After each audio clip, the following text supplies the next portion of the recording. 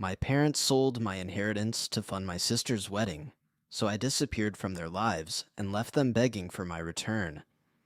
I'm a 28-year-old guy, and I've always believed my family had my back. Growing up, I was the kind of kid who tried to do everything right: grades, chores, family obligations. By the time I inherited a small sum from my grandparents, I felt a mix of pride and responsibility. It wasn't about the money itself, it was about what it represented: a chance to secure my future and maybe help the people I loved along the way. My parents had been hinting at financial struggles lately, dropping little comments about bills piling up or tight months ahead, but every time I asked, they waved it off. "Don't worry, son, we've got it handled," my dad would say, smiling with that practiced calm that always made me relax. I wanted to believe him. Then there was my sister, Lily. She had this charm that made everyone around her melt. But I'd learned over the years that it could be dangerous in the wrong hands. She was already talking about her wedding in excruciating detail. The dress, the venue, the guest list. Expensive, lavish. The kind of wedding that would leave a dent in anyone's bank account. And yet, every time I heard her gush, I smiled and nodded, secretly willing to help however I could. I didn't see the manipulation then. I just saw my sister dreaming big, and I wanted to be part of it. I told myself it was normal to support family, that love sometimes meant sacrifice. So I started thinking about how I could contribute, not just emotionally, but financially. Little by little, I found myself making plans, covering certain costs, suggesting ideas to lighten the load, all while believing my contributions were appreciated and necessary. There was a quiet pride in it, a feeling that I was the responsible one, the glue holding things together. I genuinely thought I was supporting my family, building a future where everyone could celebrate and thrive together. I had no idea that behind the smiles, reassurances, and flattery, a plan was already forming. A plan that had nothing to do with my happiness or my future. And yet, I walked into it blindly, thinking that love and trust were enough to protect me. Things started small at first, little things that didn't make sense until I stepped back and looked at the bigger picture. I noticed bills left unpaid longer than usual, calls from service providers that my parents brushed off with, "We'll get to it." The tension in the house was subtle but constant, a low hum of stress that I couldn't shake. When I asked about it directly, my mom would sigh, "It's nothing really, just some wedding expenses, that's all." I wanted to believe her, I really did, but a small knot of unease had started to form in my stomach. Lily's excitement over her wedding seemed to intensify every day. She was talking about catering upgrades, a designer gown, and last-minute additions to the guest list. At first, I thought, well, it's her day, she deserves this. But then I started hearing things in passing, comments about funds not being enough, hints that they might need extra money from me. I laughed it off, thinking they were joking or exaggerating, but the seed of doubt had been planted. One evening, I overheard my parents whispering in the kitchen. I couldn't catch every word, but phrases like liquidate and inheritance floated into the living room. My heart started pounding, but I told myself it was probably nothing. Maybe I was imagining things. Maybe it was just financial jargon being tossed around carelessly. Even with these subtle warnings, I found myself stepping in more, offering help, making suggestions on budgeting for the wedding. I was proud of how dependable I was, of being the one who could shoulder responsibility without complaint. Friends noticed my exhaustion, commented on how stressed I seemed, and I brushed it off, telling them I was just helping my family. It was worth it. But every time I tried to rationalize it, a quiet unease lingered in the back of my mind. Something felt off, like I was seeing a shadow of something I didn't understand yet. I told myself I was being paranoid. I kept helping, kept sacrificing, kept trusting. I didn't realize that the first real cracks in my trust were already forming, and soon those cracks would widen into a chasm I could never ignore. I never expected that the unease I'd been feeling would hit me like a punch to the gut. One afternoon, while organizing some paperwork in the study, I noticed a folder shoved behind other files. Curiosity got the better of me, and I pulled it out. My hand shook as I flipped through the pages: bank statements, transaction records, and legal documents. My inheritance, it was gone. Large sums had been withdrawn, redirected, spent, and not for bills, not for emergencies. It was all going to Lily's wedding. I felt my chest tighten, my vision blurred. I couldn't believe what I was seeing. All those late nights working overtime, scrimping and saving, all the plans I'd made for a future I thought was secure, it was being stolen under my nose. I slammed the folder onto the desk and stormed into the living room, finding my parents casually sipping tea, as if nothing had happened. "Mom, Dad, did you spend my inheritance on Lily's wedding?" I asked, trying to keep my voice steady. "Oh, honey, it's for the family," my dad said smoothly, waving a hand like it was the most normal thing in the world. "You'll understand when you're older." "Older? I'm 28, I snapped, my voice rising. This was supposed to be my future. My mom gave me that calm, practiced look that always made me pause, the one that used to make me feel guilty even when I was right. "We're just helping your sister have a special day," she said softly, as if that excused everything. And then Lily walked in, radiant and oblivious, clutching a wedding magazine. "Isn't it exciting?" she chirped, completely unaware of the storm raging inside me. My blood boiled. I wanted to scream, to throw things, to make them all feel even a fraction of the betrayal I was drowning in. I felt a wave of disbelief, humiliation, and heartbreak crash over me. The trust I had built over decades, gone.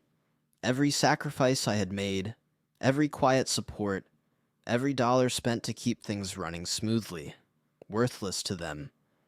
I wanted to leave, to run, to vanish, but my mind raced. If this was the beginning, how far would it go? How much more had they taken without me knowing?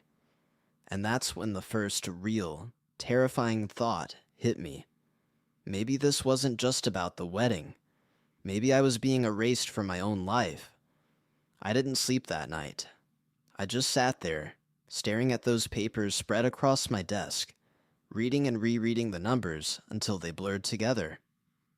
I kept hoping there was some mistake, some missing context that would make this all make sense. But by morning, the truth was all that remained. My parents had stolen from me.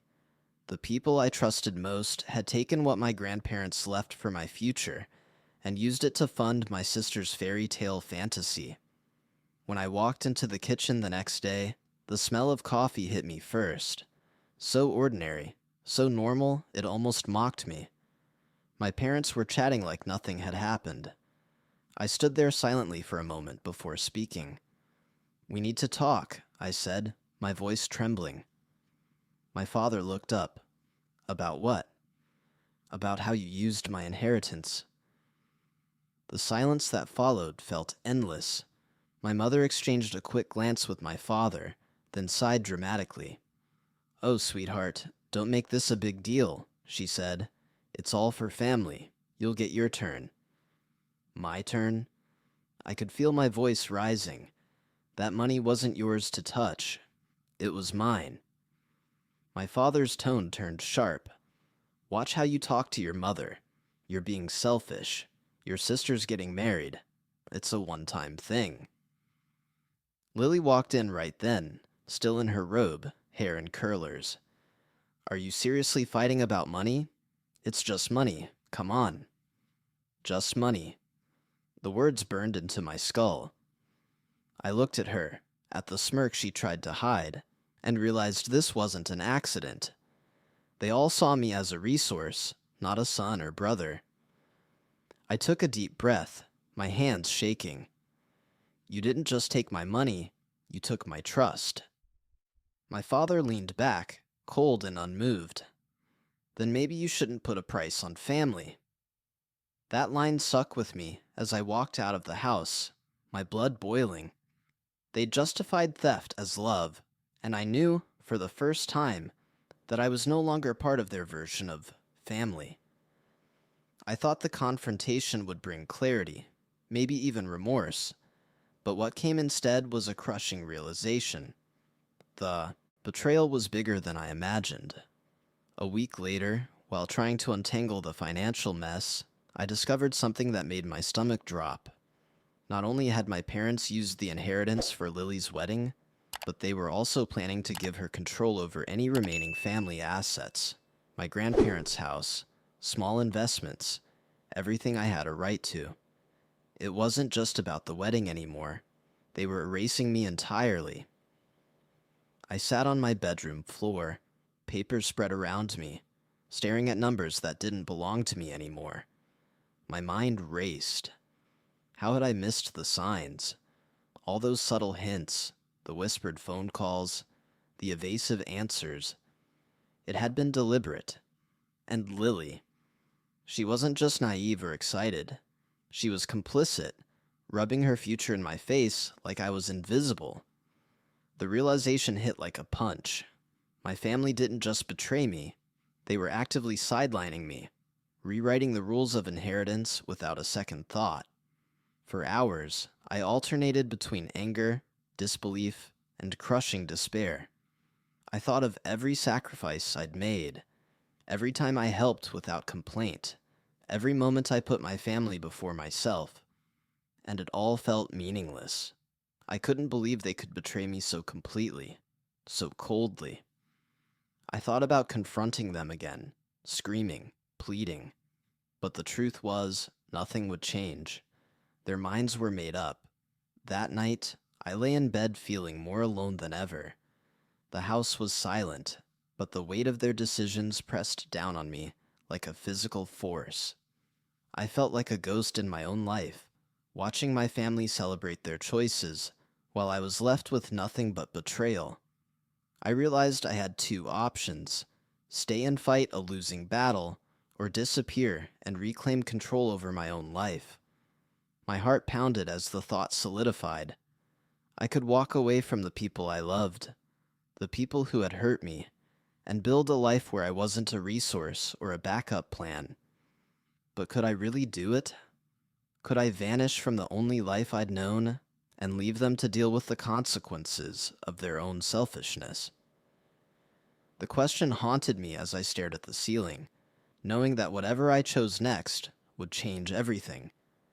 Once the decision settled in my chest, everything around me started to feel different, quieter, sharper, colder. The house I'd grown up in no longer felt like home. Every corner held echoes of conversations I now realized were lies. My parents carried on as though nothing had happened, discussing wedding decorations and floral arrangements like they hadn't gutted my future. I stopped engaging, stopped replying to group texts, stopped showing up for dinners. At first, they thought I was sulking. They'd say things like, "You'll get over it," or "Don't be so dramatic." They didn't understand that I wasn't angry anymore. I was done. I started planning my exit carefully, closed my joint bank account, changed my number, found a small apartment too, towns over, and paid the deposit in cash. Every action felt like reclaiming a piece of myself. When I packed my things, I didn't tell anyone. I moved like a ghost, boxing memories that no longer meant what they used to. The smell of my mother's cooking lingered in the air as I carried out the last box. It was bittersweet, but it didn't hurt anymore. Days turned into weeks, and I vanished from their world completely.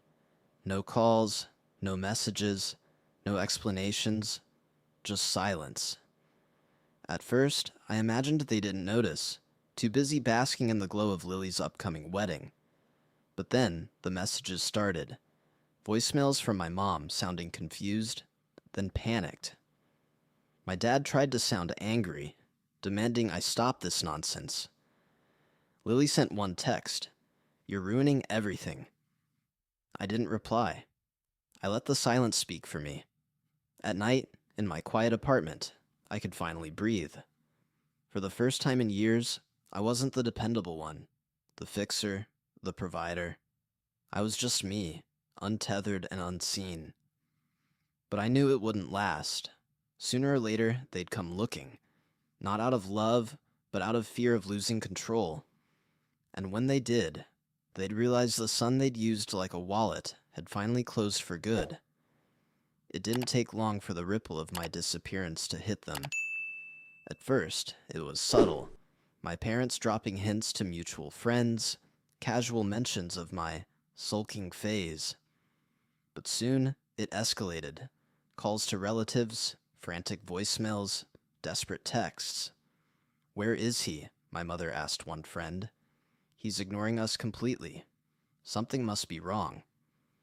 My father even tried sending someone over to my old apartment, but of course, I wasn't there. Lily's reaction was almost comical, if it weren't so bitter. She couldn't understand why I wouldn't respond. "He's overreacting," she told our family friends. "It's just a little disagreement. He'll come around." But the panic in my parents' voices, their frantic efforts behind her back, told a different story. They were losing control, and it terrified them. From my new place, I watched the chaos unfold like a silent observer. My phone stayed off. I didn't post, didn't answer calls, didn't acknowledge their existence. Every time I heard through a friend or distant family member that my absence had become a crisis, a quiet satisfaction swelled inside me. They thought they could manipulate me, guilt me, or guilt-trip me into returning. They had no idea that the power had shifted entirely. Even as their panic grew, I felt a strange mix of liberation and sorrow. I missed certain things, the familiar smell of the house, the sound of laughter, even Lily's irritating chatter, but that was fleeting compared to the relief of not being used, not being taken for granted. One afternoon, a mutual acquaintance told me that my parents had started speaking openly about me to anyone who would listen, framing me as unreasonable, selfish, ungrateful. I realized the full irony. In their desperation to protect Lily and their pride, they were publicly exposing their own failures. I leaned back in my chair, the city skyline glowing through my window, and let it sink in. I wasn't running from them. I was letting them feel the weight of losing me, and they were just beginning to understand what that meant. But how far would they go to get me back? And would I ever truly be able to forgive what they had done? The thought lingered, gnawing at me as I watched their panic deepen. Months went by, and I started rebuilding, not just my life, but my sense of control. I quietly secured my finances, invested my remaining assets, and made sure that my future was untouchable. Every step felt deliberate, like reclaiming pieces of myself they had tried to steal. I didn't post updates or flaunt my success. I didn't need to. The satisfaction came from knowing that while they panicked, I was thriving, unseen but untouchable. Occasionally, I'd hear about their desperate attempts to reach me. A cousin would mention a frantic call from my mom, my father showing up at a distant relative's house, asking if anyone knew where I was, Lily whining about how he's ruining everything. I let it all roll off me. I didn't intervene. I didn't reply. Silence was my weapon, and it was far more powerful than confrontation. I also began subtly observing the effects of their desperation. Financial mismanagement, their overextension for Lily's wedding, and the social pressure they'd created for themselves were taking a toll. Friends and relatives who had once nodded politely at their decisions now questioned their choices. Their authority and composure, once so impenetrable, were starting to crumble. Even when someone tried to reach me with excuses or half-hearted apologies, I remained distant. I had learned that engagement wasn't the same as control. I didn't need to argue or explain myself. My absence was the loudest statement I could make. Some nights, I would sit by the window of my new apartment, city lights stretching endlessly before me, and reflect on how far I'd come.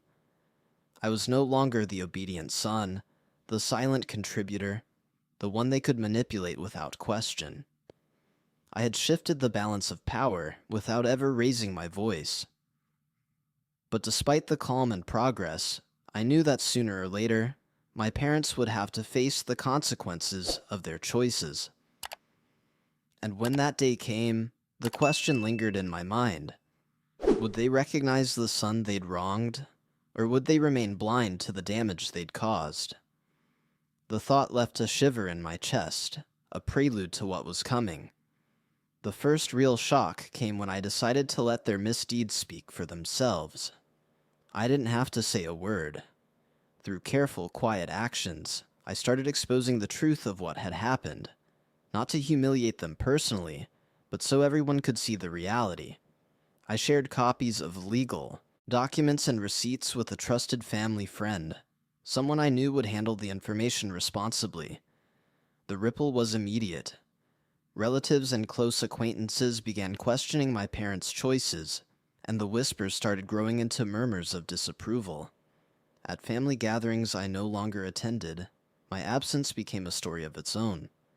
People who had once admired my parents' generosity now questioned their ethics. How could they take from one child to fund another's desires? Lily's wedding, once a symbol of celebration, now became the centerpiece of criticism. Invitations were scrutinized, expensive upgrades questioned, and suddenly the spotlight shifted, away from my sacrifice and onto their recklessness. I watched from a distance, a strange combination of guilt and satisfaction settling in my chest. I wasn't gloating. I wasn't seeking revenge in the traditional sense. I simply ensured that truth had a voice, while I remained unseen. Every time I heard about a confrontation, a judgment, or a raised eyebrow at some extravagant decision, I felt the balance tip further in my favor. Even Lily began to feel the pressure, though she didn't know why. Friends whispered in her ear. Subtle criticisms poked holes in her perfect wedding narrative, and the stress was visible in her smiles. She realized, too late, that actions have consequences, even if you think they won't reach you directly. Sitting alone in my apartment, I reflected on the irony. They had treated me as expendable, erased my contributions, and thought silence or obedience would keep me in line. Instead, my quiet absence had become their undoing. And yet, the thought lingered, gnawing at me. They might try one last desperate move to reclaim control, to bring me back into their orbit. Would I let them, or was the next step going to be the ultimate demonstration of power, one I had been quietly preparing for all along? By now, I had learned the full weight of silence as power. Months of careful planning had given me not just freedom, but leverage. I had quietly rebuilt my finances, ensured all remaining assets were secure, and made moves that would make any attempt to manipulate me futile. My parents, who had once held every advantage, were now powerless without my consent or involvement. The irony wasn't lost on me. Years of dependence and manipulation had finally shifted in my favor. Then came the opportunity I had been waiting for. One of the family properties, previously tied up in legal complications, came up for sale. Without any fanfare, I purchased it outright, ensuring that control and ownership were firmly in my hands. I didn't announce it. I didn't gloat. I simply signed the papers, knowing the impact it would have when the news eventually reached them. The property they had assumed would be at Lily's disposal, or worse, used as a lever against me, was now untouchable, mine to manage as I saw fit. The subtle tremor of panic in my parents' voices reached me through mutual acquaintances. They called, texted, and even sent family friends to probe, but I remained distant, silent, and in control. Each failed attempt to influence me was a reminder that the roles had reversed. They had built a life assuming my compliance, and now, without me, they were scrambling to regain even a fraction of the power they thought they had. I watched from a distance as their pride crumbled. Lily's wedding remained extravagant, but the financial strain and social scrutiny were taking their toll. My parents' image, once untouchable in the eyes of friends and family, was now tinged with desperation and embarrassment. Sitting in my apartment one evening, I allowed myself a small, quiet smile. The money and assets weren't just about wealth. They were about autonomy, about reclaiming my life on my terms. They had underestimated me for decades, and now they were learning the hard way. Control is never permanent when respect and trust are absent. Yet I knew this was only the prelude.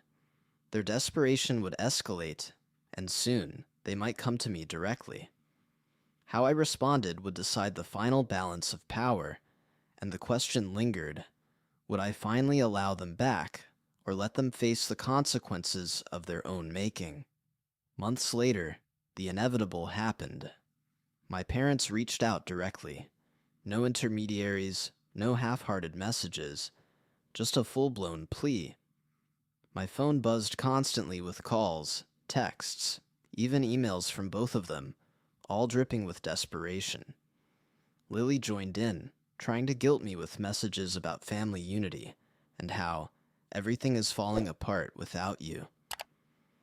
I read each one carefully, feeling a calm detachment I had never experienced before. The boy who once begged for their approval, who sacrificed without question, was gone. I decided to respond, but not in the way they expected. I didn't yell, I didn't beg, and I didn't try to explain. I set clear boundaries. I will only engage under terms that respect me and my life, I wrote. Firm yet controlled. The silence that followed from them was almost more satisfying than any confrontation could have been. They realized, perhaps for the first time, that their son was no longer a pawn. They had lost the leverage they once wielded so carelessly. Seeing their reaction through family channels was surreal. My mother's voice, usually so confident, now carried a tremor of uncertainty. My father's usual composure cracked in whispered conversations with relatives. Even Lily's bravado faltered. She no longer had the power she had assumed came automatically with my compliance. The family they had tried to shape around their whims was unraveling, and I was standing safely outside it all, untouched by their panic. I reflected on everything: the theft of my inheritance, the manipulation, the emotional strain I endured. None of it had been easy, and there were nights I doubted myself. But now, as I watched them grapple with their own mistakes, I understood the quiet satisfaction of justice, not the vindictive kind, but the kind born from reclaiming control of your own life. And yet, despite all the power I had regained, a question lingered in the back of my mind. Would I allow them to truly reintegrate into my life, or would I remain a shadow of absence, the one they had wronged but never fully recovered from? The tension of that choice hung heavy, waiting for the final step. I finally closed the chapter, not with anger or confrontation, but with quiet resolve. I had reclaimed my dignity, my assets, and my independence. The house, the money, the life I had quietly built. Everything was now mine, untouched by the people who had once tried to control me. I didn't need to gloat. The power of silence, of absence, had already spoken louder than any argument ever could. My parents and Lily eventually learned the hard way that manipulation and entitlement have consequences. I heard through family whispers that bills went unpaid, social faux pas piled up, and the image they had so carefully curated began to crack. Lily's wedding, once a symbol of extravagance, had been marred by subtle criticism and financial strain. My parents had to confront the fallout, facing embarrassment and the reality that their favorite child's fantasy had come at a cost they hadn't accounted for. I watched it all unfold from a distance, feeling a mix of relief and vindication. Not because I wanted them to fail, but because I had survived the betrayal, protected myself, and finally prioritized my own life. I realized that revenge didn't need to be loud or confrontational. It could be subtle, patient, and absolute. My absence, my control, my independence, that was enough. On the final evening before locking the door to my old life forever, I walked through my apartment, feeling the air heavy with peace. I reflected on everything I had endured, the theft of my inheritance, the manipulation, the years of unappreciated sacrifice. I had lost a family, but in losing them, I found myself. I sat on the balcony, looking at the city lights stretching endlessly, and thought quietly. They thought my silence meant weakness. They never realized it was my strength. And with that, I turned the key in the lock, both literally and metaphorically, leaving behind not just the people who betrayed me, but also the weight of their expectations. For the first time, I felt completely free, empowered, untouchable, and finally at peace.